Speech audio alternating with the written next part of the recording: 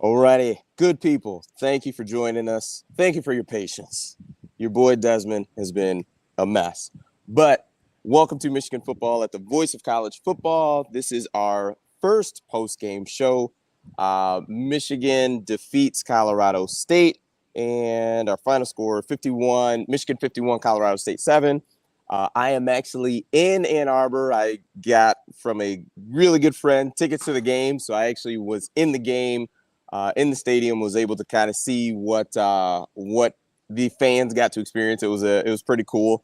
But before we get going, please like and subscribe, and also share the video out on social media.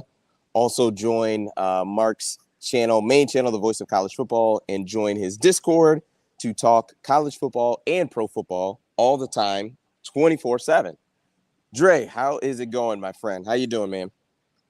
Doing well, doing well. I'm glad you got the chance to experience the Michigan Stadium field, man, and got to be a Michigan fan for a day.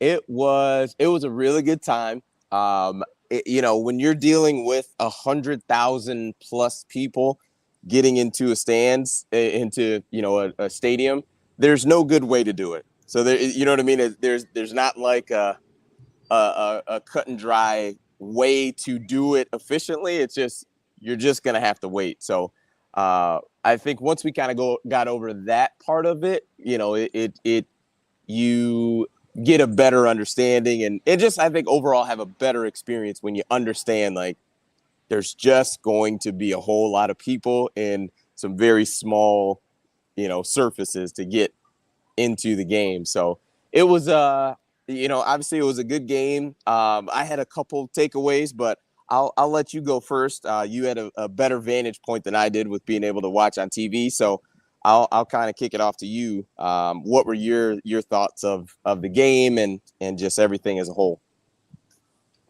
Well, I mean, for one, I mean, Michigan did their job today. We knew going into the game that they were the significantly better team. Harbaugh historically, especially at Michigan, crushes teams that he's better than. So, Mm-hmm. in terms of this is the status quo when it comes to Harbaugh teams facing inferior opponents. Um, that being said, I thought I do have thoughts on the play calling, in particular when Cade was in the game.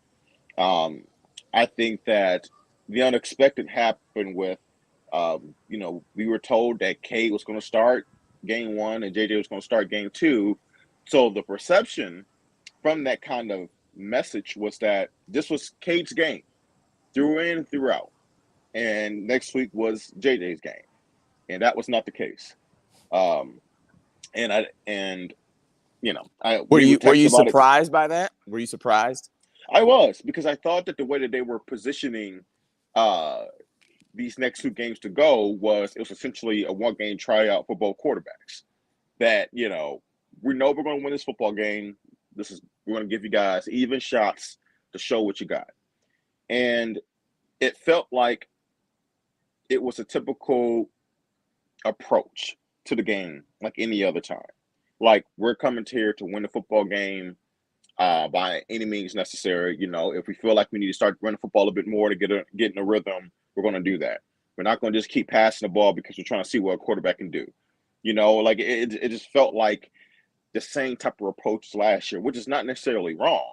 I'm not criticizing the play calling. I'm just saying it was peculiar based on the message of what these next 2 weeks are about.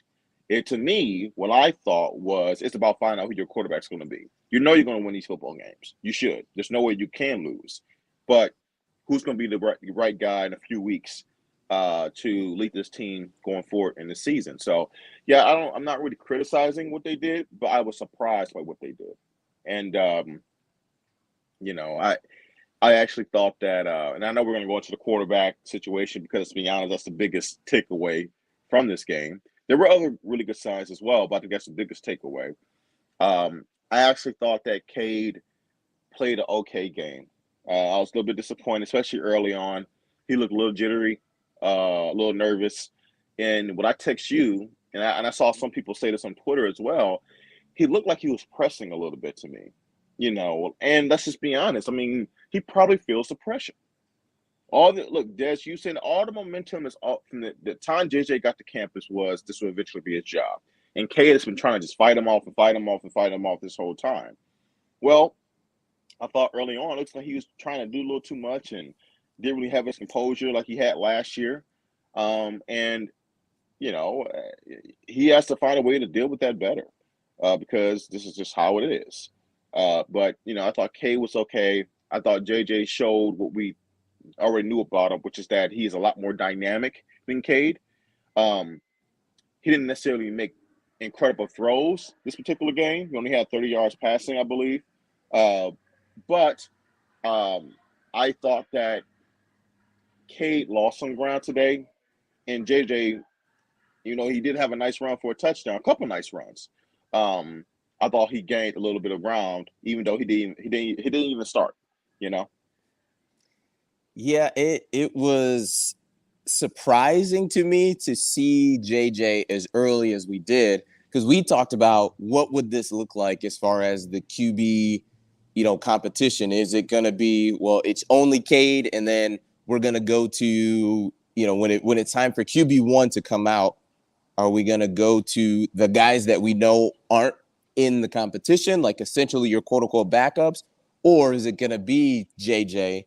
And it's interesting because when I was in the stands at the game, watching the game, and just to hear overall, well, I don't want to say overall, the people that I talked to and the people that I was close to within the stadium, talking to them about, the QB decision, it sounds like the people that I spoke to, it seems inevitable. Like JJ is going to win this as far as the QB job.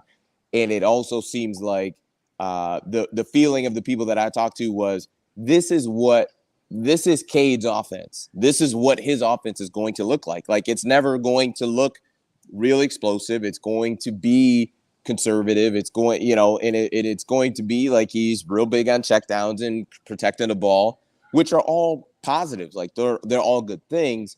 But when you talk about trying to win a QB job, explosive plays are part of it. And talking to some friends that I was here actually tailgating with, I mean, I hesitate to say it, but honestly, based on today's play calling when number 12 was in there, this was just a show job. Like they knew they wanted to go with JJ because there's nothing in today's play calling that made me think that they wanted to give Cade a shot at this job. And that's fine, but I'm still in the same camp I was in last week of, if you feel that way, that you feel like JJ is the guy, then just put him in and let's roll with that. Like, let's not do this, hey, we're going to play one guy one game and then another guy the second game. Because what I can guarantee is next week when, JJ and the Michigan offense is up 40-0, Cade's not coming in the game. Like, it's not going to be a let's sub out JJ and put Cade in. Like, I would be shocked if that were to happen. And to me, it's just like, that was probably one of the biggest takeaways I took, whereas this is JJ's job. Next week, he's going to start at the Hawaii game, and he's not going to give that up. He's going to be the starting quarterback. And to me, the play calling alone today was such that you're excited for JJ to be the quarterback, because I mean I understand that as far as pass game, there's progressions, there are plays that you dial up to be a shot play to where it's like, hey, we're gonna try to throw it down the field here, but to have essentially no plays in that first half where Cade threw the ball down the field, like you can't tell me that is 100% Cade's fault. Some of it's got to be the play calling, and I just don't. To me, it made it seem as if that was JJ's a guy. I feel super confident in saying that. And like I said, the play calling today, especially when he was in, let me know, because to me, there's no way. And when I kind of went away from the stadium, I think Cade had like 136 passing yards, and run game he himself has nothing. So, like Dre, tell me a scenario where JJ doesn't have 200 plus yards of total offense next week. Like, there's no way that's not gonna happen. You know what I mean? Like, so I just think the QB decision is over. And like I said, even if it is something where, because we talked about it, a couple streams ago, where people are just like, well, it's easy to see what's happening with, this is the ode to Cade and blah blah blah. And I still feel the same way. If that was the case, then just play JJ. This is big boy football. This is big time football. We got a coach making millions of dollars. We've got, assistants and coordinators making close to $1 million every year. Like, the expectations are such that you don't have the option and the opportunity to placate or coddle somebody's ego. Like, if the guy is better, put him in and let's go. Like, let's not do these games. Let's not, because like you said, these are meaningful snaps. Like, I get it. This is not a high leverage situation because Michigan's going to win the game. There was no, there was no concern that Michigan wasn't going to win this game. But nonetheless, it's still reps and snaps in a live game situation that JJ could use no matter what. Like, I get it that he is he got a lot of snaps last year, but at the same time, he needs more because he just hasn't had that much. So to me, I feel like today's first half were meaningful snaps that JJ could have had. And if the coaching staff was that set on it, you should have just went to him and shouldn't have done this kind of gamification of this. Like, this isn't Madden. Like, you know what I mean? Like, this is serious. This is big time stuff. And these coaches make a lot of money to make these types of decisions. Yeah, I agree with you. I won't go as far to say that, and I'm not saying you were throwing allegations toward the Michigan coaching staff way. I won't say that they purposely made play calls to benefit JJ and to limit Cade. I actually think it's more towards skill set. And I think they realized that Cade's strength is one read, pre-read decisions, quick passes, getting the ball out of his hand, and that's it. Check it down, take care of the football. That's what that play case towards Cade's strengths. With JJ, you can expand the playbook a lot more. And you saw that. I mean, their offense was so much more dynamic with JJ in there because he is a dual threat.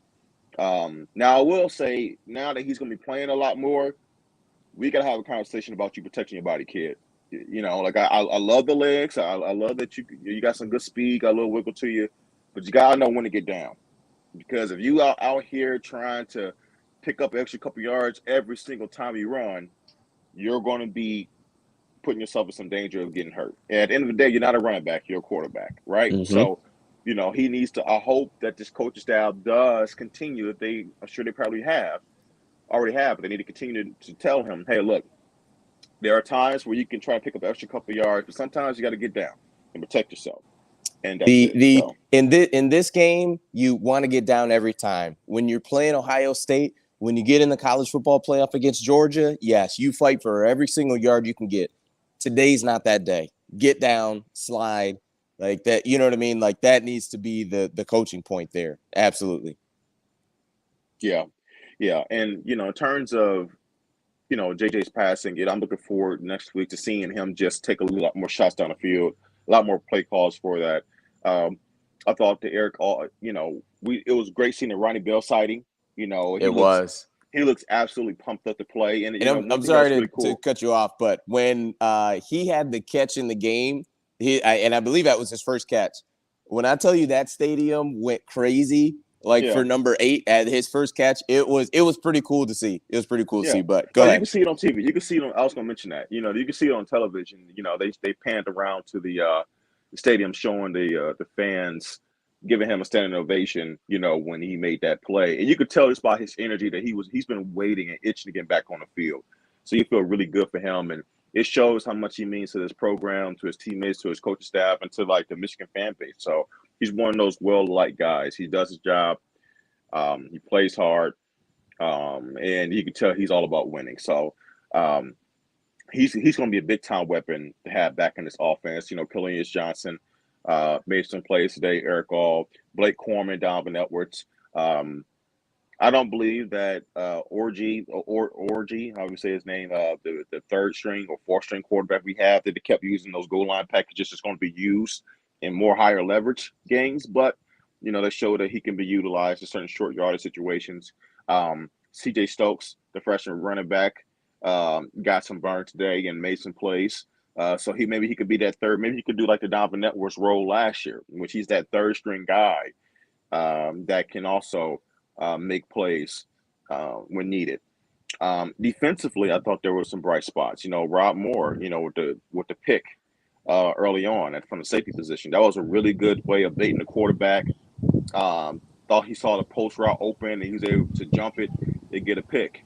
You saw Mike Morris making plays. You saw Smith making plays. You saw Enoma making plays. And I know it's your dark horse. Like, hey man, what if you can get some out of him? Well, you already got one sack, so that's pretty good. So, dude, and did you see? Sorry, but to stick on him because I definitely wanted to highlight him. But did you? From what I saw, that was his first snap in the game, and I could be wrong because, like I said, inside the stadium, it's very different. Trying to see things versus on TV. But it looked like that was his first snap when he lined up at defensive end, blew by the right tackle, blew through a running back, and sacked the QB. And goodness gracious, he looks different than anybody else. Like to me, there were three guys on the field, especially defensively, that looked different and moved different than everybody else. Number one was Mozzie Smith. He is as advertised. Number two was Mike Morris. He was one of the guys that we kind of talked about. Can he, fill that void? And then Enoma was the other one. I mean, I probably only saw, we maybe only saw, I don't know, 3-4 snaps of him defensively. But those three guys specifically, it's awesome that they are all on the defensive line. Those guys looked very different. And like I said, that's just from seeing those guys on the football field is, man, those guys are bigger than everybody else and they move different than everybody else. Yeah. Yeah, absolutely. And that's great because, this team's recipe for success last year was definitely having game records on defense. So, it's good to see that you're able to fill that void, the guys who left last year. So, and also, DJ Turner, having a pretty big he day played as well. well. Yeah, And I thought Carlson, 25, the linebacker, was really, really good.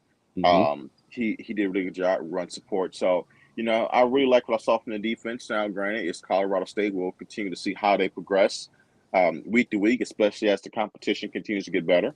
But definitely some positive signs from there as well. Roman Wilson, big time receiving touchdown today.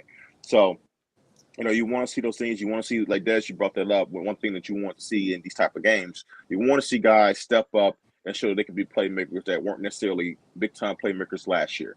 You want to see new faces potentially. And I think we saw that today, at least the signs of it today. So, it's not, in terms of how the team performed, it's not really anything negative you can say, but it's just and it's pretty much what we expected. Get out these games healthy, which it looks like they did. Mm-hmm. Play penalty-free football for the most part, which they did. I will say this though, the right tackle position, Cade was under some duress a couple times during the game. I'll have to go back and recheck who played right tackle today, but he definitely had some pressure on him.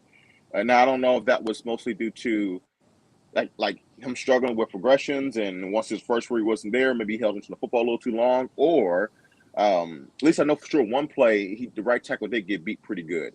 And so, that's one thing to look out for because, if you can't protect your quarterback versus Colorado State, what you're going to do against a better opponent. So, Overall, I thought the offensive line still did a really good job, but you got to be careful with those type of things. Yeah. Did today change any of your outlook on how you thought the season was gonna go? Like, did today move the needle in any particular position group, any spot, anything overall at all for Not you? really. Not really. Not really. I mean, look, going to the season, I believe Michigan had a legitimate chance to repeat what they did last year, to win the Big Ten. I think they are, at the very least, the second best team in the Big Ten overall, close, either right in tandem or right behind Ohio State, or maybe better than Ohio State. I think Ohio State on paper, especially offensively, has one of the most explosive offenses we're going to see in a long time. Probably 3 or 4 first-round picks on their offense at the quarterback, running back, and receiver positions.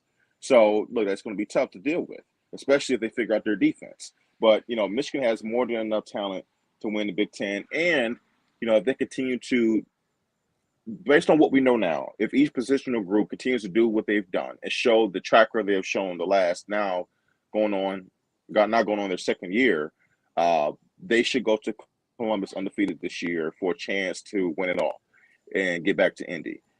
They're that good, so I'd much rather be Michigan than Iowa. I'll tell you that much. Lord have Jeez, mercy. Have you guys Iowa just catching strays out here. Dude, How is Iowa catching strays today? Have you seen the Iowa game? No. What's happening? Dude, it's like 7 guys. Bet 7-3 versus South Dakota State. Ooh, Yes, yeah. It was 5-3 at the beginning of the fourth quarter. Oh, someone did tell. I 5-3, heard that kind of in passing. Okay. Which means that they got those additional 2 points had to come from the safety. So you mean so wait, actually they must have had 2 safeties. So it must have been 2 safeties and a field goal. So you didn't get an offensive touchdown today versus South Dakota State. I know this is not Iowa channel. I'm just making a point. Hey, it is a good thing. No, because you will never miss out on an opportunity to throw shade at Iowa. You will never miss that opportunity ever. You won't. I wouldn't want to be on. I feel bad for Corey today when he's taking calls. That's all I got to say. Yeah, that's not ideal. For me, I think I'm kind of with and sorry, I just pulled his comment. Zach Allen. I'm with Zach Allen. Today's performance and I it's difficult. I don't want to disrespect Colorado State to the point of saying like this is a preseason game and you don't want to take too much from preseason. I mean, like Steve came on Wednesday and said that this is, a team that has, what did he say, 60, transfers in? Like this is a totally different team, so still, I get it. Michigan was not going to lose, but I'm still impressed about the D-line. If you're telling me Anoma in a handful of plays, can get a sack in 5 snaps that he had defensively. If you could tell me Mike Morris can consistently get this type of pressure, Mozzie Smith, if you're telling me that these guys can perform like this on a consistent basis, like or even close to it, I think I think Michigan's got a lot to work with.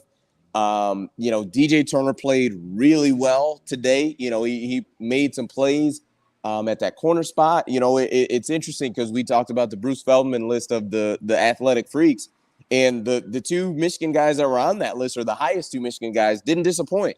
Mozzie looked really good. He looked aggressive. He looked quick. He is big as can be. And same with DJ Turner. Like DJ, from what I saw, was up in wide receivers' faces the entire time. Was just challenging guys. You can't run by me. And that's a confidence that you can't give a cornerback. Like they need to earn that. They need to feel that on their own. And it just, I think defensively they gave me at least more confidence of, what they are going to look like, this season than I originally thought. They looked really good as far as defense, ran well. They got to the ball well, like you mentioned, interception, sacking the quarterback, just things that translate no matter who you play. Now, it may not be as consistent when you play some of the higher echelon teams, right, with Penn State or Michigan State or Ohio State. But getting to the quarterback is getting to the quarterback. So it did give me some confidence of some of the things that we maybe thought would need some time to kind of get back together. Seemingly, they may be in good shape, earlier than we thought. Yeah, I'll say this. Not everyone's had like an extremely big test week one, but out of Michigan State, Iowa, Illinois, Northwestern, Nebraska, uh, I just saw Rutgers versus Boston College. Um, and I haven't watched Ohio State yet. That'll be tonight. That'll be a big game to watch.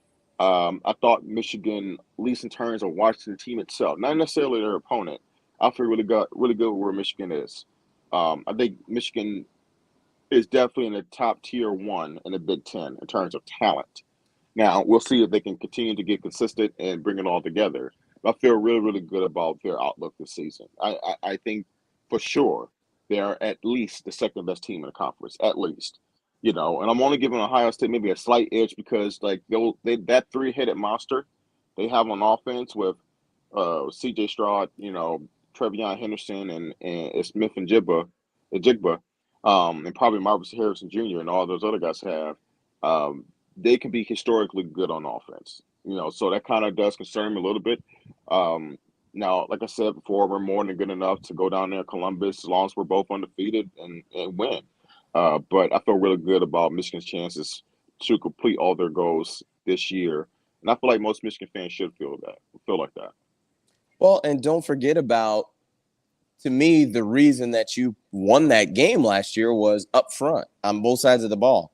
Your O-line, your D-line was able to either impose their will, have their way, or get pressure with just four.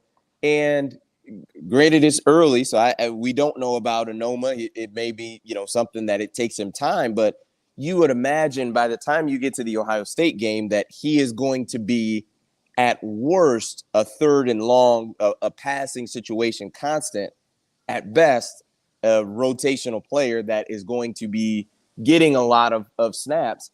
And I think you've got the ability already to have that consistent pressure on C.J. Stroud to where you get to that point where, he doesn't get a chance. He's not sitting back and just flinging it around the way he did against Michigan State, right? Like he's got some pressure and he's got to make those under duress throws, which in the Michigan-Ohio State game last year, he didn't do. Or it took him a while to get to that point. Like, by the time he did start making some of those throws, I mean, the game was well in hand, So yeah. I think Michigan can come out of this game with some things to hang their hat on. Go ahead. No, and also it was good to see Mike Sanders still, make some plays. This is a guy who was a converted wide receiver.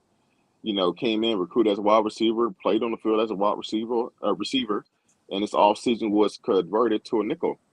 And he got a sack earlier in the game. He looked pretty comfortable out there. That's fantastic. Anyway, anytime you can take a really good, talented player and you're able to convert and change them into something that you have a hole in on your defense, that's a win, man. That's a win. Especially if one positional group that he was recruited for, being receiver, is already pretty stacked. You can find a way to repurpose him. That's fantastic. So I really like where they are. Blake Corum and Dalvin Evans are exactly what we thought they are. They look fantastic. You can't tackle you can't tackle Blake Corum in a phone booth. That guy has so much wiggle. I feel so bad. Like he's tough, man. He's so low to the ground. He's strong. I'm sorry to cut you off, but see, that's what gets me torn when it comes to the passing game, because I'm someone who, like, you have to throw the ball. Like, you've got to show the ability to throw the ball down the field, but you also have a running game where these guys are not normal guys by any stretch. Like, you know what I mean? Like, these are spectacular running backs. So part of me is just like, well, just kind of like pump the brakes, like, because we went through this last year where I was consistently on the channel like, listen, man, we got to do something different. Like, if Michigan wants to win, it's not going to be able to do this, but they got to where they wanted to be, winning the Big Ten, beating Ohio State, like all of that, doing it their way. So I'm kind of hesitant and torn because these running backs are so unique and so explosive where like you may be okay doing it this way.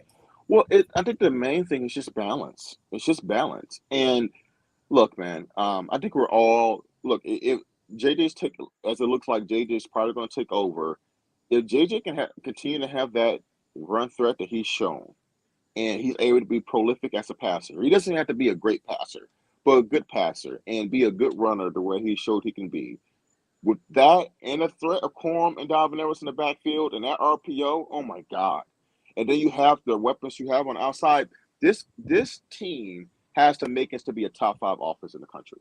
Absolutely. They Mm-hmm. have the weapons. Now, the question and the biggest pushback that me and you are going to have is the play calling and how they go about utilizing these guys. We want the balance, but we also, even when you do a passing play, what kind of passing play is it? Today you saw an AJ Henning jet sweep. Like they have more than enough talent to achieve their goals, and offensively they're very, very deep. I just want to make sure that Harbaugh uh, allows his staff to do what they need to be able to do. I did find it interesting, and guys, refresh my memory if I'm forgetting, that in goal line situations a couple times today, that the quarterback got back under center, and they were in a single back formation. Did you notice that a few times? I don't So recall that happening I last saw year. it. I saw it a couple times, and not necessarily goal line, but just more so short yardage. So like in the middle of the field, I saw Cade get under center a couple times. So if it happened more often, then kind of our viewers can let us know. But it did look like in kind of the short yardage, 3rd and 1, 4th and 1, that they did get under center, and I agree with you. Yeah, that didn't seem to happen much at all last year. So Well, Gaddis, like maybe like Jimmy was like, you know what? Hey, now maybe that was some pushback between him and Gaddis last year. Maybe Gaddis like, no, we're not. I don't want to do that. that's And not what we do. And Jimmy, it, it seemed like when I saw that, like, that seems kind of like a Jimmy flavor type call. But whatever, man. Like, yeah, like I said, it's really not much you can say negative about today's game. It's just continue to take advantage. Let's put this quarterback situation behind us. It looks like we've seen all we need to see. And that's no shade to Cade McNamara. Like, I have a ton of respect for him. And I do believe he can find another starting job at a legitimate Division I team in this country. AAC, Big 12, ACC, there are teams that he can play for. But I think one thing that's becoming very evident is that this is the J.J. McCarthy show, and this team is going to go that direction. do you think, based on what you saw today, just solely based on that, do you think Cade got a fair shot when it comes to play calling today, based on what you saw today? But and I mentioned this earlier, Des, regarding that. Like, I at first I'm like, man, this seems very conservative for a quote unquote tryout game, right? Mm-hmm. But when I think about Cade and I think about the play calling, that was the same play calling they did with him last year. So what I'm thinking is that maybe that's just placating towards his strengths. Like because he is really good at pre-read adjustments and plays and decisions. But once he has to go through progressions down the field, he's not as effective, right? So they were making play calls that were predicated on that, right? And if that's the case, then do you know what it is? You can only use this amount of your playbook with this kid. Granted, within that range, he does a good job. But with this other guy, you can expand it so much more. And that's just it. I mean, I thought the first drive when they went in at 3 and out, I mean, they passed it, I think, 3 out of 4 times, right? So I think they tried to pass a little bit more earlier. And, Kay looked a little shaky. And then I think Jimmy was like, okay, you know what? Let's go back to our typical approach. We'll continue to mix in the pass. And I thought that was it. But no, I thought he had a legitimate chance. But I also believe that the writing has kind of been on the wall because even when Cade was making throws, his throws were off. He was from behind guys. He was just Hmm. he didn't he would it's just he didn't look prolific at all, Or and even he just almost sharp. threw a pick sharp, right? He didn't look sharp. He almost threw a pick. Probably should have been a pick. Hmm. What that play wasn't all his fault. I think the receiver failed, but it's just he just didn't look for the quality opponent they played today. What's at stake for him in terms of his job? He just didn't. He It I didn't think look. It didn't look great, man. he I'll played be honest. It didn't he look played great. himself. It looked more like he played himself out of a job than playing himself more into a job, being his job full time, and that's unfortunate. And sometimes it's how it goes. It's not about what you did last year once the new season starts. And Yeah. And it's Blake name had a good point. Just highlighted his comment. Thanks for tuning in. He said, "I think this game also showed you Josh Gaddis was not a difference maker since you guys think that this was the same game plan for Cade as last year." And I'm like, maybe he's so. got a great point. I don't think Josh Gaddis was a difference maker. And you could argue that once the offense started flowing, it was probably more of a mix of Jimmy and Gaddis, kind of hybrid. But yeah, there was nothing kind of special on the Gaddis train. But maybe I am wrong because I didn't feel like this was a good, shot for Cade. But maybe I'm wrong, and I think part of it might be just because I'm still in that camp of like I am not quite sure that the play calling and lack of attempts gives Cade a shot to really show what he can do. But But the maybe this problem is is what this he can he do. You know what I but mean? the problem is he was, especially early on, he was so, like you He said, was he was off. just not He sharp. was off. He was I think he off. threw a crossing route to, gosh, was that Henning? I think it was an awful throw. I'm Yeah, it's like, just he was off yeah. early, and I think that, who knows, maybe, I don't know. So maybe It's I'm just wrong on this, and I'm yeah, okay with that. maybe if he came out and he was sharp and he was Hmm. maybe they're like, okay, well, let's keep rolling with this. Let's see what you can do. But I think they saw early that he was not sharp, and they're like, you know what? Okay, let's just have our typical approach. But and that's why I can't give him the benefit of the doubt with that. It's like when he came out sharp, and with the passing plays that he did have a chance to make, if he looked better, then you can say, well, hold on a second. Cade was throwing the ball very well. He was hitting guys in stride. He was hitting them between the numbers. Why would you not allow him in this type of game to rip it more? Well, that wasn't the case. He did not come out sharp. So he didn't earn that right to continue to grip it and rip it. So that's why unfortunately, I can't give him that benefit of the doubt. Yeah, and and you're right. You're correct in that. And also, too, Steve Dace made a good point on Twitter, and I had retweeted it, and he put that all of the reports that we heard out of camp was that when Cade's out there, the ball's never hitting the ground, and he's improved so much, and so on and so forth. And Dependent Fanatic put 9 out of 18. Like that's 50%. That is more than the ball just hitting the ground. Like And, that's and you 80 know what I was mean. Like 70 or 80% of the passing yards that he had came from the Roman Wilson touchdown, which was a bubble screen, if I'm not mistaken. So it's you know what I mean. Like so were they and see and that I guess that kind of gets me back to one of my other points of just this the coaches knew who they wanted to go with. So, absolutely. like, my thing, just go with him. And maybe it doesn't I matter. know. Maybe I'm just making too much of it where it's like, dude, it doesn't really matter. Okay, it was Colorado State, whatever. It's one start. JJ didn't start. He still got some snaps from basically today, let's say. Now moving forward, it's going to be JJ, moving on. So maybe it doesn't matter and I'm just making too much of it. But if that was the case, like, just why even have the competition. You know what I mean? And I don't know. Maybe it's much ado about nothing, and I'm just What making too Steve much said, of it. But I saw a retweet by Steve, and Steve Dace. He was replying to someone, basically kind of bringing up the fact about why even go through all this, and he mentioned some of the lines of, well, why have a competition if it's clear one quarterback is more dynamic than the other? And he said, well, one quarterback missed the spring, and it's very true. Like we at the time we said it, Dad. So we do recordings every Wednesday, guys, at 5 o'clock. And we've been doing that going this whole time. We never stopped.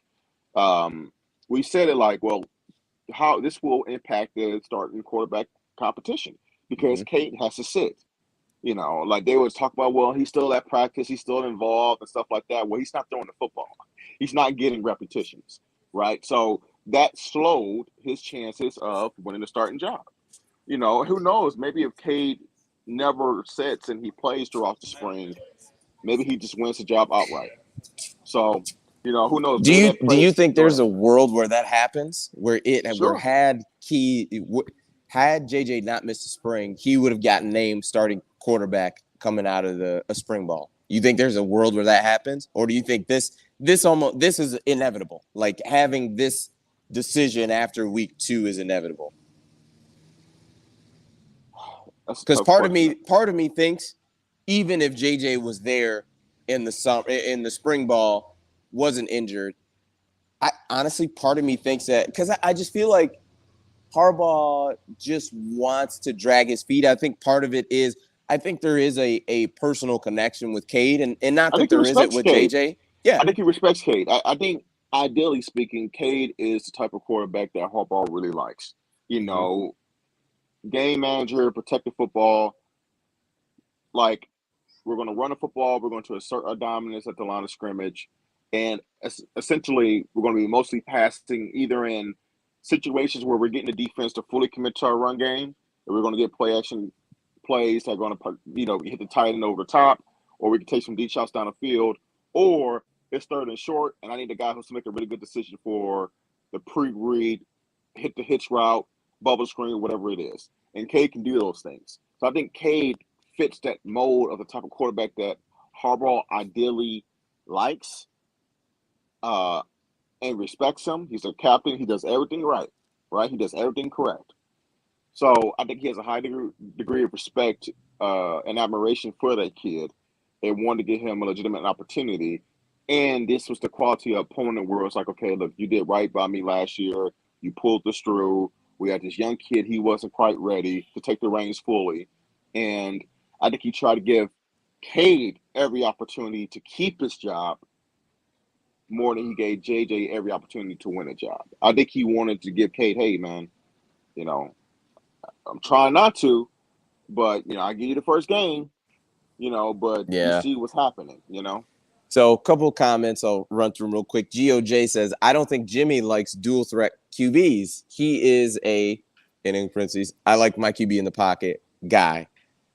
Which, if that's the case, then why recruit so hard for JJ? I mean, I'm not saying GOJ is wrong, but that's a very good point. Wesley Holbert puts, face it, fellas, Harbaugh has kind of pooped on Cade's confidence. Cade's out there trying to be perfect, and he's in a no-win situation to be the starter. Harbaugh wants JJ, period. And last one I wanted to get to, Adrian Roberson puts, Des, honestly, I wish Harbaugh would just come out and say that this competition is over. JJ will be QB1 moving forward. We all agree with you, Adrian. We all agree with you. I mean, I think especially where, look, we all have high expectations for this team. We believe that they can, win this conference and get back to the college football playoff. So let's put all the drama behind us. Both guys played today. One guy, when it's supposed to be supposedly his day, was not particularly sharp. It wasn't great, yeah. So it's unfortunate for him, but I think the writing's on the wall with their opponent being Hawaii next week, that I think there's a chance, man, that we may see some play calls next week that we haven't seen at all. Last year, I guess that's the tough part for me. Like you know what I mean? Like for you to say that. Loose. Like that's tough loose. for me. I feel like they're about to get loose there. I want to make it clear. Like we had a plant your flag day, and my flag was Team JJ. Like that was where I planted my flag. But I also want it to be a fair. If it's going to be a competition, like I want it to be a fair one. And if it's not going to be a competition, then just make the call. You know what I mean? Like I guess that's where I'm at ultimately. If you're going to make this a competition, make it a competition. like Dre, I would be willing to bet you $100 JJ is absolutely going to have more than 18 throws next week. I would be willing to bet you $100. Now I'm not going to, but I feel that confident in it. You know what I mean? Like, so it's just like for that to be the case, like I just that's tough for me. You know what I mean? Like I just if it's going to be a competition, then let's make it a competition. But next week, and I actually agree with what you're saying. I think next week we're going to see some I think deep we're gonna shots. We're going to see some stuff dialed up, some different kind of shots. But my thing is where was that today? You know what I mean? Like that's those play calls versus Iowa we saw. Oh yeah, like I flea flickers and reverse pass. Week, yes, I feel like we're about to see some sweet crap next week. Like I really do. We're gonna be like, where is this? Where is this? Like I really do. And it's unfortunate that I know me and you're gonna be texting like, what is going like what? Where what was this last week? Yeah. Like, and it's gonna be unfortunate, and we're gonna talk about it. But no, I'm excited, man.